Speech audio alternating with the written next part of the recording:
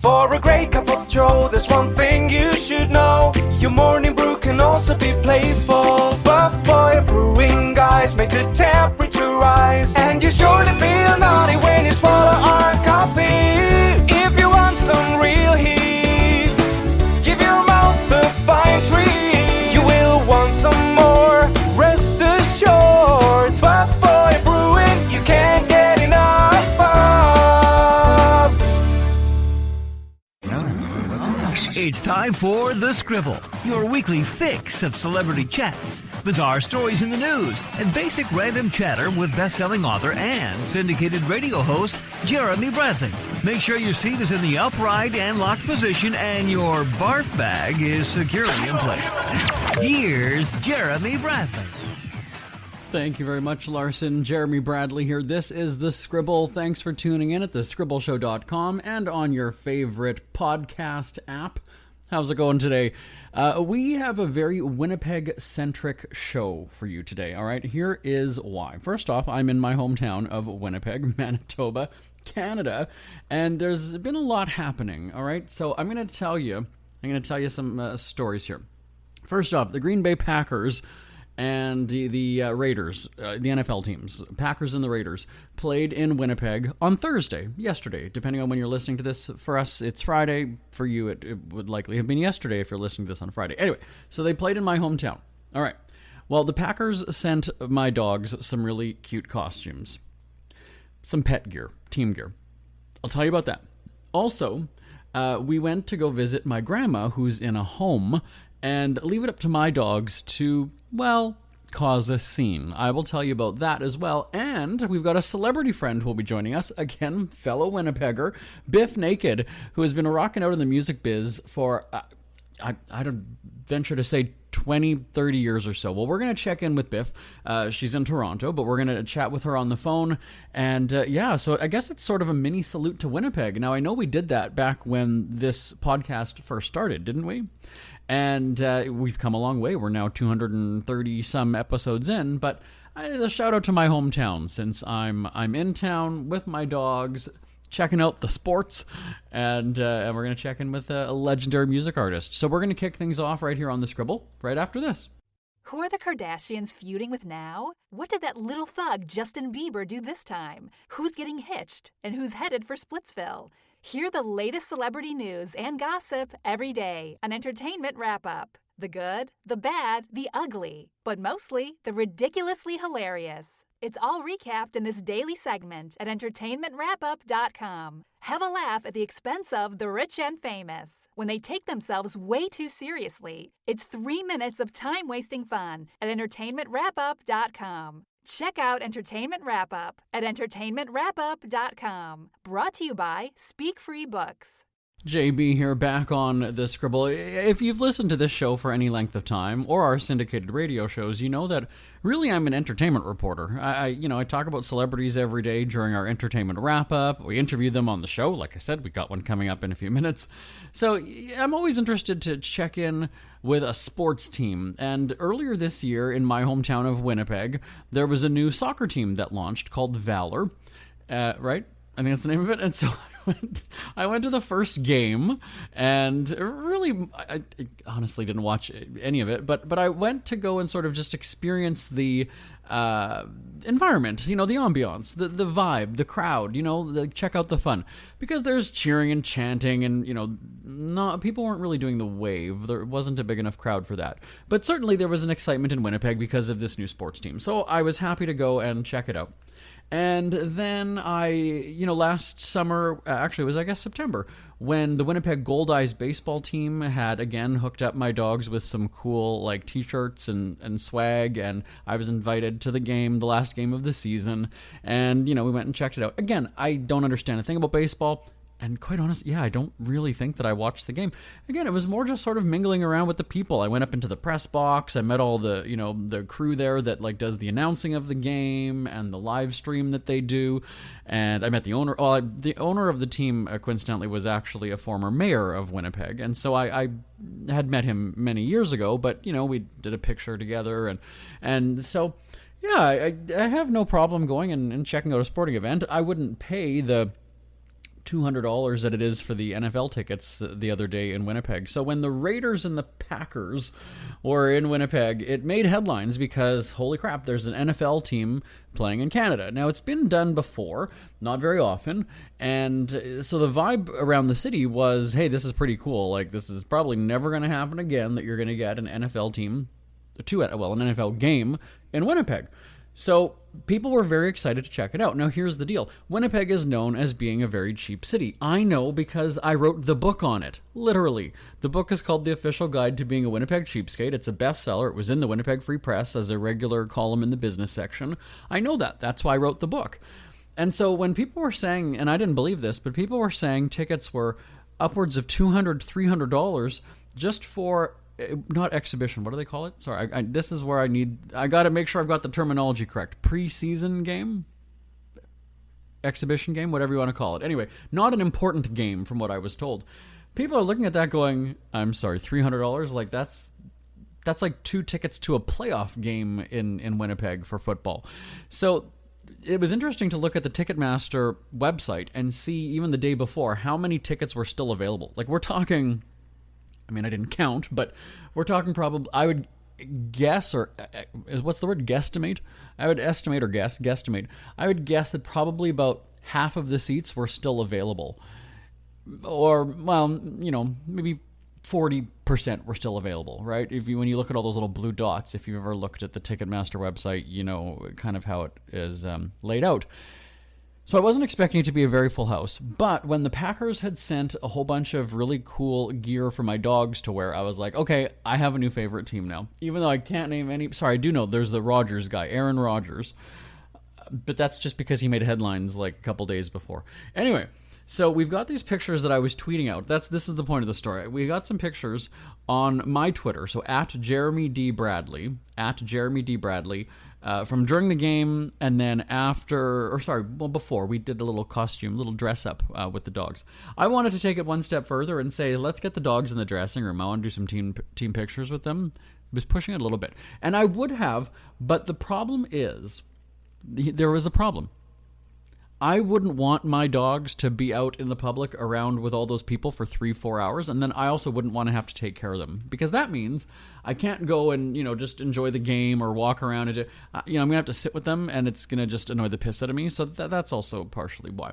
And I'm going to tell you why I wouldn't bring them in public when we discuss the story about visiting my grandma in just a couple of minutes. So anyway, at Jeremy D. Bradley, if you want to check out the fun from the Winnipeg NFL game, I guess we call it that, at Jeremy D. Bradley. And yes, I will talk about visiting my grandma at the home right after this. Isn't it crazy that you wait for payday, but before you know it, you're strapped for cash again? It's time to stop blowing your money and become a smart spender with the book, The Official Guide to Being an American Cheapskate, at cheapskatebook.com. Learn simple ways to cut costs at home every day and during special times of the year. Don't go broke at Christmas. Don't remortgage the house for a fancy vacation. The book is filled with tips to save you money throughout the year. Check out the best-selling book, The Official Guide to Being an American Cheapskate, at cheapskatebook.com or on Amazon and iTunes. We're back here on the Scribble as we do somewhat of a tribute, a bit of a salute to my hometown of Winnipeg, Manitoba. Remember, coming up, Bif Naked, the legendary music artist, will be joining us on the line from Toronto to talk about the 20th anniversary of Lilith Fair.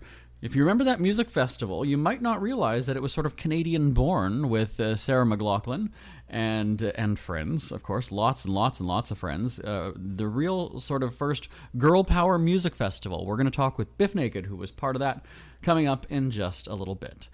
I love talking about my dogs. I think if you're one of those people who can't stand dogs, then you hate hearing about people's dogs. But if you have a dog, you like telling stories about your dogs, but you might not necessarily you might not care about hearing about other people's dogs.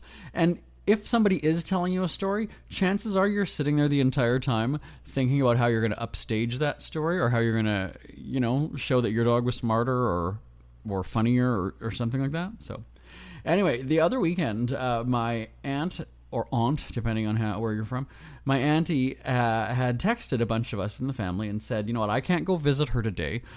So if anybody else can, that would be great, because she's not going to have any company today. And she's only been in the home for a few months now. It's not like she's been there for years and years and years. So she's still very hesitant about being there alone too. So, well, not really alone, without people that she knows. And so I thought, you know what, I was we were pre-taping some radio stuff, and so I was like, oh, well, I guess I can probably walk over there with the dogs.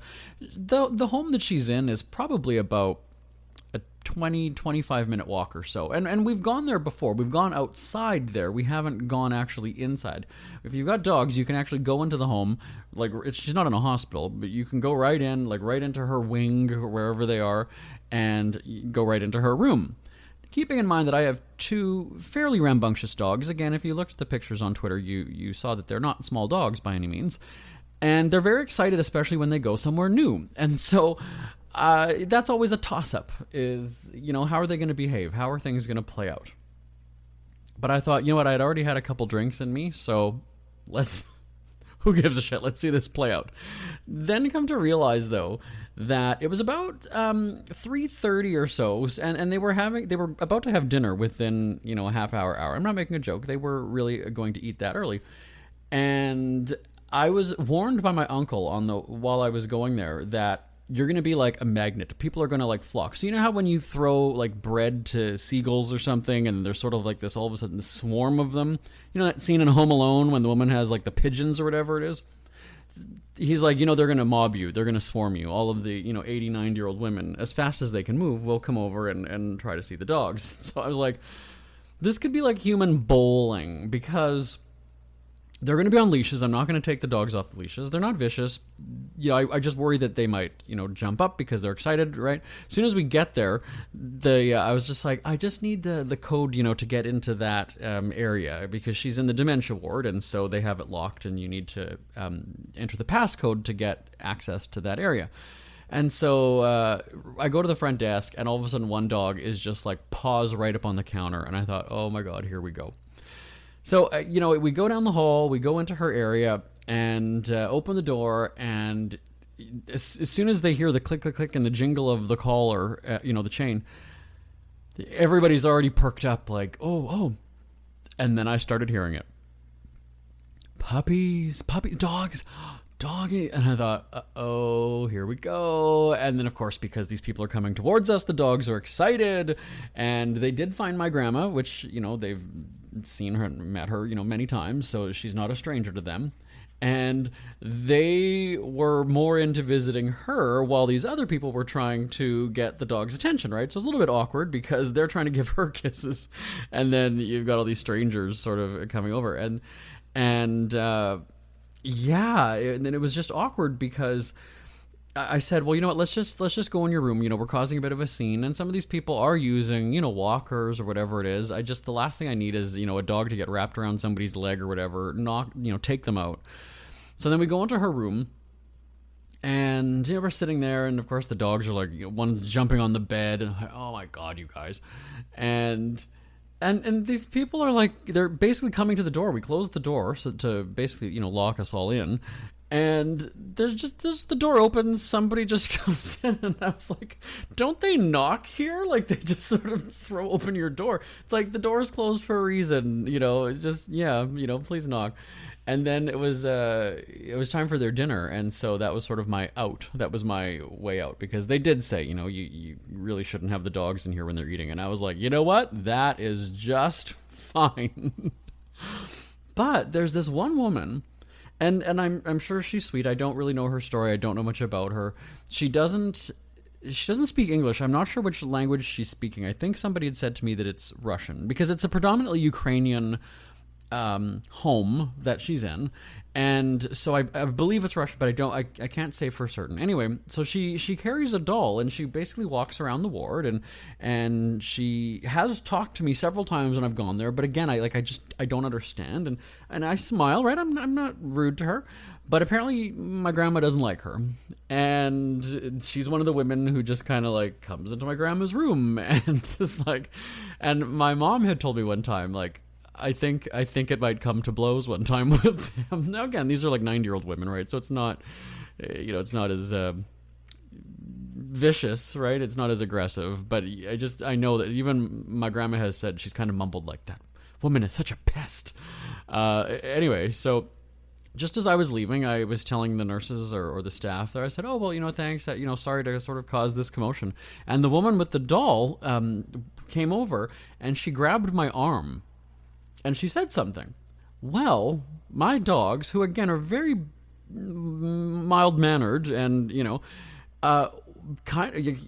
he barked and then kind of like, he didn't really jump. I was worried that he was going to jump, but just the fact that he barked kind of like a sort of a commanding bark was just enough. And then I looked at the nurse or the employee, and I was just like she can't touch me, so I'm just gonna go.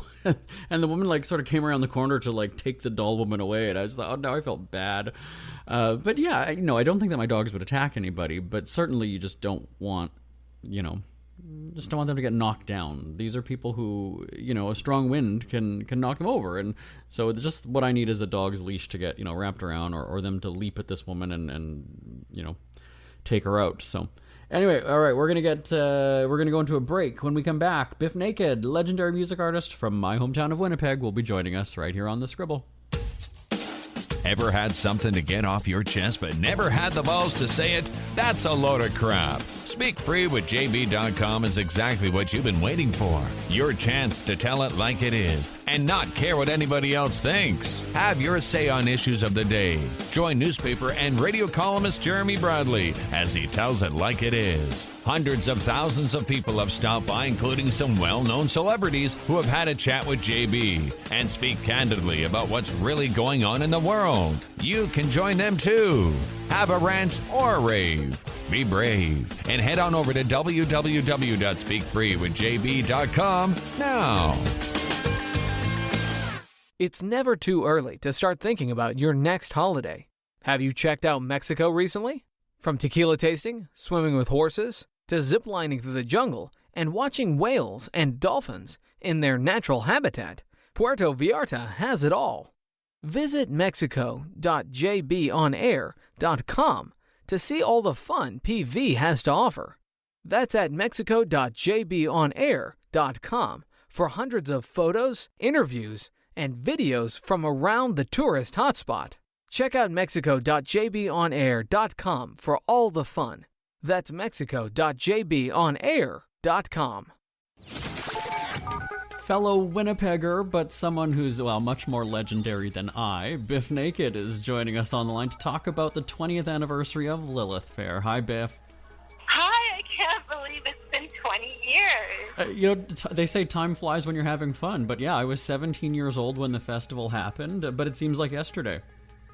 It seems like yesterday for me, too, and I don't know. I would do it again tomorrow. I thought it was a monumental and wonderful event. It really was. Now, let's just talk about the history of it, because, some of our younger listeners might not be familiar with it, but this was something that was unheard of at the time, a music festival, really of all female artists, and also it raised a lot of money for charity, of course, but this was, I think, truly the first girl power music movement that we saw. Absolutely, and I think that what Sarah McLachlan had created when she kind of came up with Lilith Fair was something that really was like a legacy. It was just to be included in it really was validating for me personally as an artist and as a female. How did you actually get involved then? Was it just as simple as being asked? And Absolutely. I think that we were on tour at the time in the U.S., and I think we were on tour with the Cult, to be honest with you. And so we would jump off the Cult tour and jump onto the dates that we were included in on the Lilith Fair tour, and it was just like night and day as far as the audience goes, and of course as far as the artists go. Did anybody think this festival would become so big? I don't know. I think that it may or may not have received a lot of criticism at the time, because basically people are always going to take down the women's festival, and especially at that time in the world, in the late 90s, the world was not as nice in a way. It wasn't endeavoring to be an inclusive world. It wasn't endeavoring to support those of us who wanted to see a tour with a more of a gender lens that was a safe space for women specifically, and I think now it's more common in our world, and in every city has, kind of different standards, I guess, about what makes a safe and inclusive concert experience. Mm-hmm. But at the time, it was one of a kind. Yeah, and I mean, not that we get political on our entertainment music show, but certainly we've seen progress for women, but the whole all-inclusive thing has actually sort of taken a step back in many regards for a lot of groups, too, which is sort of sad. Oh, absolutely. There's so much work to do, and I just think that with now, Van's Warped Tour and all these other kind of multi-band tours are fading away, that it kind of run their course. I think there needs to be something that is developed that is absolutely inclusive and important and interesting and, of course, entertaining. Right. And, the legacy of Lilith Fair sort of reminds me, and it's not a great comparison, but I'm reaching here. It was like the We Are the World recording. Do you remember that? All those artists came together. You put aside, whatever. Absolutely. And everybody just used their star power for good is kind of what it appeared to be, yeah. Oh, yeah, and what Sarah had done is she had ensured that all of the artists come on the main stage at the end of every show for the big finale number. And that was an amazing opportunity for many of these young and I guess, up-and-coming artists to be on that big stage. So that would be one moment that sticks out to you. But do you have maybe like a favorite moment, one that you just think about and go, yeah, that was it? Oh, yeah, like so many moments. I mean, just being able to be in places like Atlanta, Georgia, and do the press conference that she had in the morning, for example, and all the artists were at a long table. And, it was, you're kind of up there trying to feel like you were peers with some of these other incredible women, but I always felt like a fish out of water. I felt like I was the only girl that wanted a mosh pit at Lilith Fair, but at the same time, like I had mentioned, it was validating, and it really made me feel like I had arrived. And if there was anybody that deserved a mosh pit at Lilith Fair, it was you, right? I mean... God bless. Yeah, it would have been... It was really important to me. As I've grown older and grown up as a performer, I learned a lot from artists like Sarah, and now when I do a ballad, for example, or we do an acoustic show, I definitely have taken many of the lessons from her with me on the stage now. Is there any artist that you would have hoped participated but just didn't or couldn't at the time? I don't know, to be honest with you. I think that at the time, I'm sure that people who were participating obviously were the ones who were available to participate. Right. I don't know the whole long list or the wish list that Sarah and the agents may have had, but I can only hope that it would have included, like, I don't know, Otep Shemaya, or like Belly or L7, or some more vocal and political acts. Yeah. I mean, it was the who's who of music at the time, but then there were some sort of nice, independent artists that got an opportunity, and so I imagine that platform for them must have been huge. Oh, absolutely, and also introducing America to a number of artists that, like Beth Orton and stuff like that. It was really, really lovely the way that Sarah curated it. I guess, yeah, you know what? Canadian music going south of the border at the time, unless you had a big name, maybe you weren't getting those opportunities, right? So I guess things have changed in that regard as well. Oh, yeah, definitely things have changed with the advent of the internet, of course, and now in one way it seems like things are always very global. If you drop a song on SoundCloud, they hear it in Finland just like they hear it in South Africa. And they're hearing it sooner, thanks to the time zones, right? That's right. Let's talk about what you're working on. Do you have any new music on the go, or what sort of projects do you have? Oh, absolutely. We've just finished recording another record, and, we're in the mix phase where we try really hard to be perfectionists and get out there what we want to. But I've always been such a lyrics person, and the things that I want to convey, I feel like I said I can say them acoustically, or I can say them with very, very, very, very loud guitars, and I still have the same feelings. Other than that, I just finished a book of poetry. I have a work in progress that I've been doing for 2 years, which is a book about cancer and some of the people I've met through the last decade that have been doing their own cancer journeys, and just different tips and experiences that I'm sharing in that book. And, well, now that I'm becoming an adult, I'm starting to eye being a manager. Ah. Younger artists. I've been a tour manager for 20 years, tour managing my own tours and the bands that were on my label, Her Royal Majesties.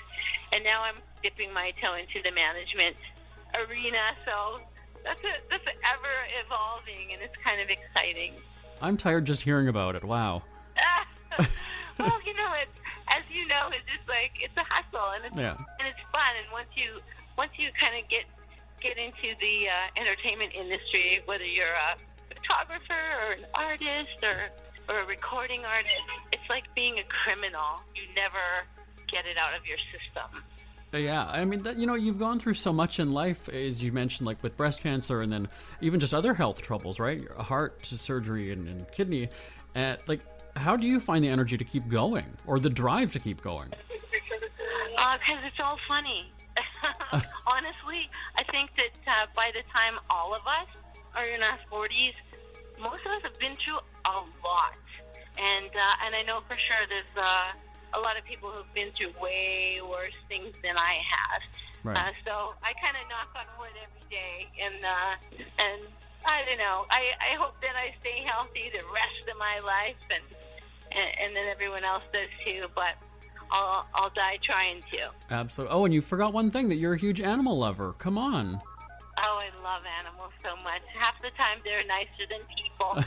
And, it's easy to advocate for animals. Everybody can agree that animal cruelty is wrong, but it's a matter of trying to get all of the animal rescue organizations some attention, and the animal charities that do just such amazing work, really. I try my best to just try and promote charities that I love. And I know that you're all over social media, so that's a great place for people to keep in touch, right? Absolutely. Instagram is loads of fun, and I've been on Twitter since 2009, so they can find me at Bif Naked. All right. Well, we'll be sure to check in, and you know what? We should coordinate our schedules. Next time we're both in Winnipeg, let's get together, okay? Oh, I would love that. Winnipeg has been my favorite place. Did you get to the city often or no? Well, yes. My mother broke her hip last year, so I've been there 5 times this year alone. Oh boy! All right. Well, we'll get together on better terms. You know what? We'll go out with Mom, maybe dancing when she's fully recovered, right? Oh, from your mouth to God's ears. Hallelujah. Yes. Hallelujah. Oh well, we've got to wrap this up. But Bif, I could talk to you all day. Thanks so much for joining us. Oh, thanks for having me, Jeremy. Have a great summer. Ever had something to get off your chest but never had the balls to say it? That's a load of crap. Speak Free with JB.com is exactly what you've been waiting for. Your chance to tell it like it is and not care what anybody else thinks. Have your say on issues of the day. Join newspaper and radio columnist Jeremy Bradley as he tells it like it is. Hundreds of thousands of people have stopped by, including some well-known celebrities who have had a chat with JB and speak candidly about what's really going on in the world. You can join them too. Have a rant or a rave. Be brave and head on over to www.speakfreewithjb.com now. We hear you chirping. Get scribbling. Tweet up the Scribble at The Scribble Show. Join the discussion with Jeremy Bradley. It's all going down right now on Twitter at The Scribble Show and at thescribbleshow.com. Jeremy Bradley here, back on The Scribble. I'm just looking at the date already, August 23rd. Isn't that depressing? Really, isn't it depressing that summer's over and you know what you're doing? I know exactly what you're doing. Going, oh, I wasn't outside as much. I didn't tan as much. I didn't go to the beach as much as I would have liked. And then you're regretting it. You're kicking yourself that you wasted your summer. I know you are. I do it anyway. You know what? I generally walk my dogs on a regular basis, of course, to go raise hell at nursing homes. But even then, I'm kind of like, yeah, you know what? It's getting dark early, and I feel like I could have been walking them more. On that note, I'm going to go for a walk. My name is Jeremy Bradley. Talk to you next time. Want more Scribble? Check out thescribbleshow.com for past shows, celebrity interviews, cheapskate tips, and more. That's at thescribbleshow.com and on Twitter at The Scribble Show. The Scribble is a speak-free media presentation. If you want some real heat